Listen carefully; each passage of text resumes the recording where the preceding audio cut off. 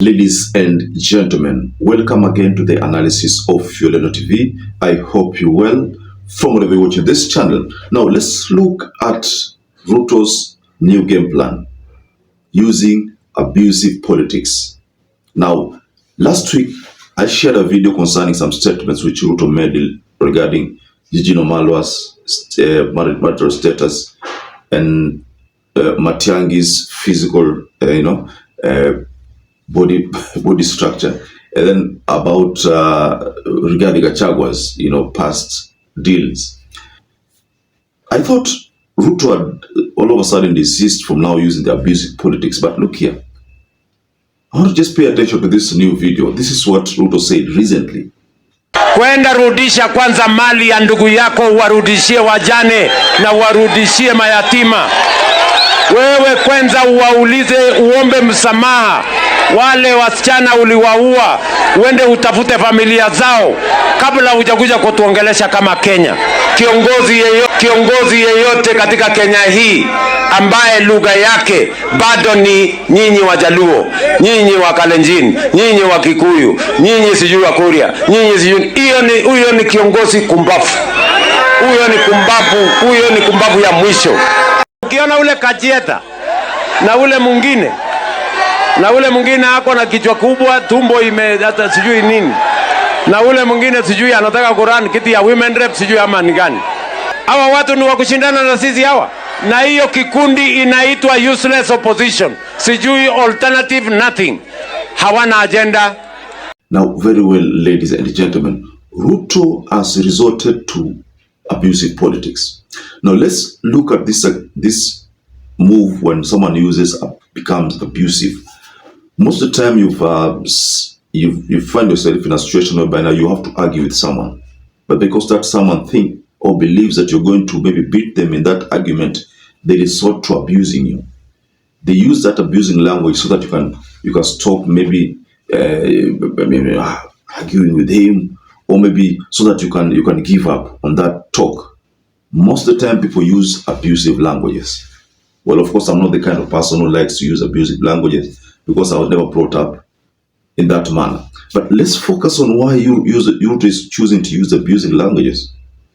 These abusive languages, he believes he's going to use them to communicate something to the locals.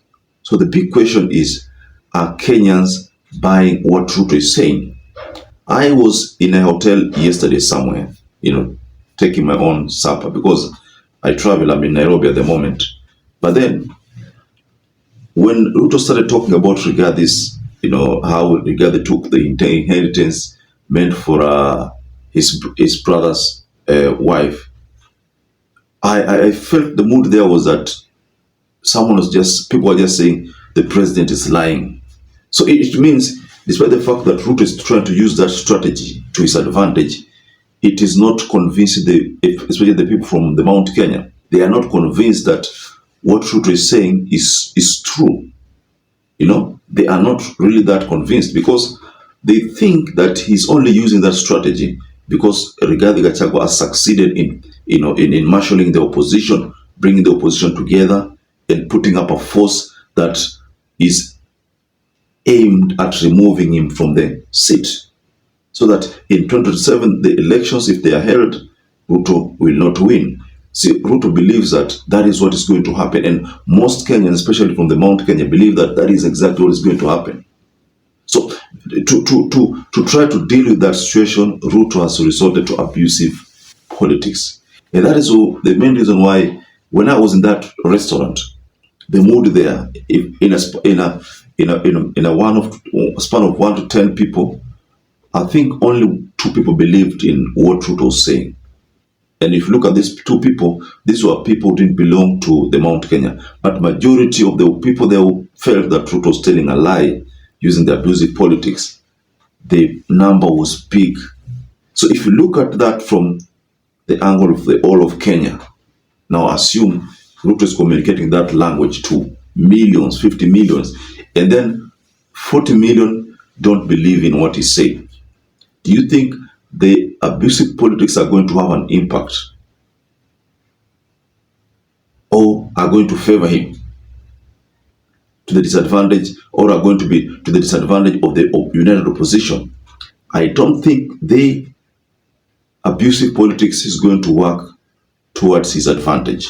It is only shaming his office. It is only making these people in the opposition, get more sympathy because now the president is abusing them. In fact, this is just adding more votes to whoever is going to carry the flag of our united opposition. If our William Ruto had desist from this politics of abusive politics and focus on the real issues that are affecting Kenyans, desist from the politics of abusing others, focus on politics which are constructive politics and one that can actually put food on the table for Kenyans. I think that will be the best thing. But his game plan is different, ladies and gentlemen. So what do you think about the move by William Ruto? Tell us below in the comment section whether you believe the abusive politics is going to work to the advantage of William Ruto and the disadvantage of the united opposition. Do you believe so? Tell us below in the comment section. I'd like to know what you have. Mimi nawauliza, si Kenya nimepanga uchumi nikisaidiwa na huyu Mbadi, si inflation imerudi chini, si exchange rate imerudi chini, si interest rate imerudi chini, si tumeongeza pesa yetu ya kigeni? Ni kweli ama si kweli? Si tumepanga mambo yetu ya savings, sasa tumefanya double ile savings tulikuwa naye? Si Kenya inasonga mbele? Si sasa tumejenga reli? Si mimi nilikuwa hapa Kisumu juzi, ile reli ilikuwa imekwama Naivasha. Si sasa tuko na pesa ya kusukuma ikuje Kisumu, ipitie hapa Siaya, iende Malaba, ipitie Busia, iende Kampala, iende mpaka Kasese. My friends, if you do not have the discipline to organize your own farm or your own family, you can never have the discipline to organize the millions of Kenyans and their interests. You can never organize any country. Sijui kama tunaelewana, my friends. Hawa watu si walisema ya kwamba hawana sera? Si walisema ati sera yao ni mimi? Watakutana na mimi, nitawanyorosha. Hawa watu watakipata, they will regret. Kenya hoye! Siaya hoye! Tuendelee ama tuendelee? Tuendelee ama tuendelee? So perhaps if you watch this video and you don't subscribe, take 1 second and subscribe, like this video. Until you catch up again, stay safe and stay blessed.